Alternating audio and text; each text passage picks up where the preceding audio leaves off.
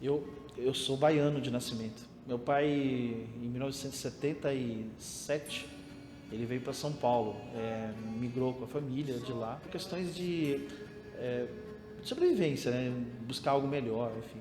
A gente tem uma família, quer dizer, teve uma família em que, do lado do meu pai, são todos muito ligados a expressões artísticas, vamos dizer assim, de maneira geral, principalmente questões da visualidade. Tanto o meu pai quanto os primos, desde a época, quando ainda jovem, bem jovem, lá na Bahia, já fazia foto, já trabalhava com fotografia, com retrato. Então, meu avô era retratista, meu pai foi retratista, os primos foram e são retratistas, trabalham com fotografia. E aí, por volta dos 12 anos, foi quando eu comecei a ajudar um primo do meu pai, o Daniel, que trabalhava com fotografia de evento social, casamento, essa coisa. Eu ajudava, e depois ajudei um outro primo nosso, que é o Tião, que andava pelas ruas em Osasco, era um fotógrafo ambulante, e eu ajudava, era o cara que, sei lá, preparava um flash, colocava o filme na máquina, é o cara que levava o filme para revelar aqui no Lago do Paissandu, em São Paulo. Eu lidei com essa fotografia de uma maneira, então, muito, quase que lúdica, até por volta dos 14 anos, aí meu pai me fez assim de proposta, se eu quisesse dinheiro, eu teria que ganhar, e aí uma das possibilidades era tirar foto. Como eu tinha equipamento em casa, tinha uma máquina adicional, eu peguei e ficava andando, oferecendo serviço de fotógrafo. Na minha geração, nós não tínhamos curso de fotografia, né? A fotografia no Brasil é algo muito recente, é algo criado aí nos anos 2000, né? Eu me distanciei da fotografia porque eu caminhei para um outro rumo depois. Eu me descobri professor aos 7 anos de idade, né? 7 anos de idade? É a primeira vez que quando eu entrei na escola, eu falei para minha mãe que eu queria ser professor. Então, eu já sabia que eu seria professor. Então, foi em 1994. Nossa, você lembra? Lembro. Hoje são, portanto, 25 anos de sala de aula já.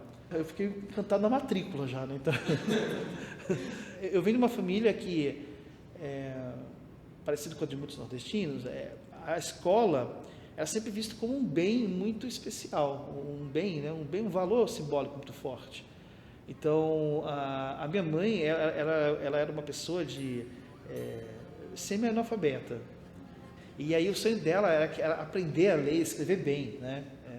Minha mãe tem uma família, quer dizer, uma origem na roça, então não teve muito tempo para estudar, né? Não sei trabalhar. Então, a questão da educação e pré-educação, para mim, era quase que um ato simbólico de ir ao encontro do sonho dela, né?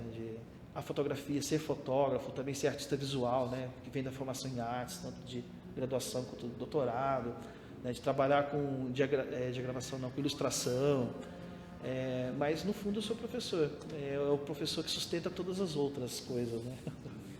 Eu tenho uma formação ligada às artes, né? Eu fiz também educação artística, né? Licenciatura em artes, o meu doutorado em artes, dei aula também, né? Mas antes mesmo de ter a formação, eu já pintava, chamado pintura naif, né? Uma pintura ingênua. Tá? Eu tenho 2 trabalhos do início de quando eu pintava, um que chama Menina, que é inspirado numa foto da minha mãe, e outro que é o Velho, que chama-se Velho, que está lá comigo. São 2 trabalhos muito marcantes para mim, dentro daquela técnica, porque em 10 anos eu fui mudando, né? Eu não sou muito fiel a nenhuma técnica, então...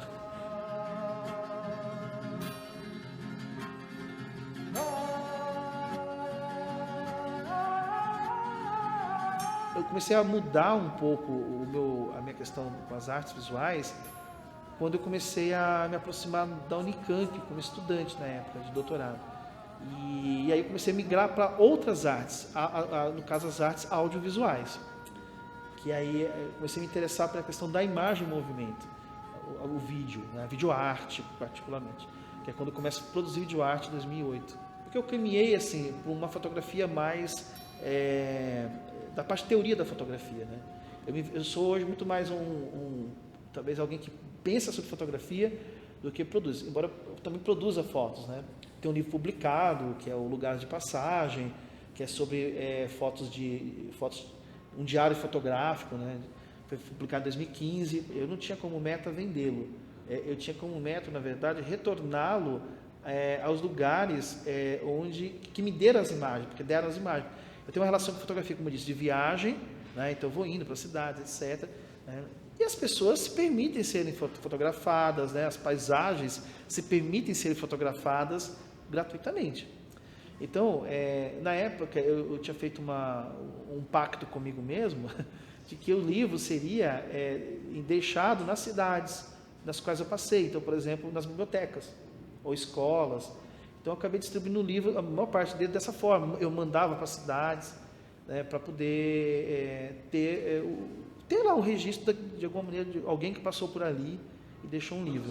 Para mim, foi uma obra de síntese de um contato com, no caso do Nordeste, com imagens, né? Então ele foi possível traduzir uma experiência de retorno, né? Porque eu saí do Nordeste pequeno, vivi a experiência aqui na região metropolitana, em Osasco, estudei no interior, aquela coisa toda, mas um dia eu tive a necessidade de começar a voltar para os meus lugares de origem, para entender, inclusive, quais eram essas imagens, ou por que essas imagens habitavam a minha vida. Né? E a fotografia me ajudou muito.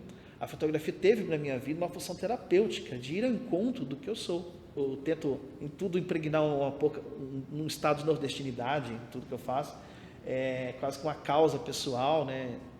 Porque acho que a gente tem que falar de onde a gente vem, a gente não pode ter vergonha nunca, a gente não pode ter vergonha do nosso sotaque, das nossas origens, nada, a gente tem que ser o que a gente é a partir do que nós somos. Né? Tem mais um outro livro que é de crítica fotográfica, que é sobre monóculos fotográficos, aqueles pequenos monóculos que tínhamos em casa, né? Ninguém tinha escrito sobre aquilo, cara. E aí, um dia eu estava aqui na Fapcom, tinha terminado o semestre, estava um pouquinho mais tranquilo, e eu comecei a escrever sobre monóculos e acabou que eu o primeiro cara que escreveu sobre monóculos no Brasil, assim, do nada, né? Na verdade, eu gosto de histórias, né?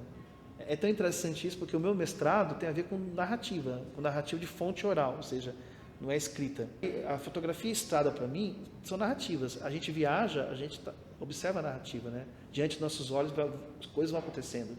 E fotografia é também uma construção de narrativa. Vim aqui só pra dizer: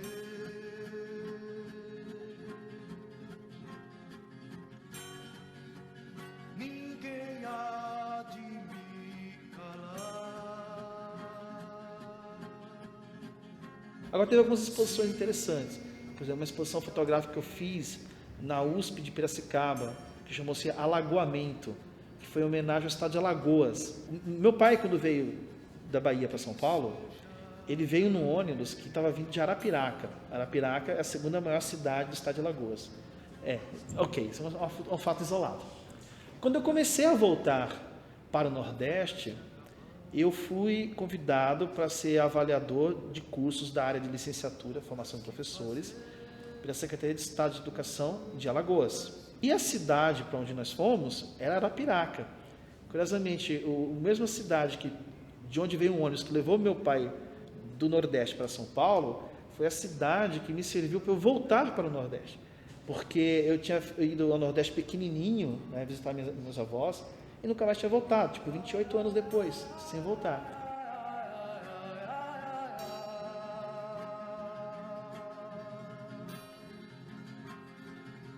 Acho que cada época tem uma tecnologia, né? Mas a gente pode ser romântico, né? Sempre as pessoas me perguntam, o que eu acho, a fotografia vai acabar, não vai? Eu acho que a fotografia ela vai se reinventar, né? Eu acho que a gente tem que a gente tem que dar espaço para a geração de vocês. Vocês têm que também pensar sobre fotografia, fazer fotografia e viver a experiência da fotografia do seu tempo, né? A fotografia do seu tempo, ela é digital. Aí eu volto à questão de ser professor. Acho que a função de ser professor não é ser ponto centralizador de conhecimento, é abrir um caminho. Seja resiliente, né? Sempre. Eu falaria para mim isso. Melhor, se metamorfoseie. Daqui a 20 anos, quando vocês estiverem sendo entrevistados, né, que vocês vão ter suas histórias, a gente vai ver que o grande barato é exatamente a capacidade de transformação no espaço do tempo, né?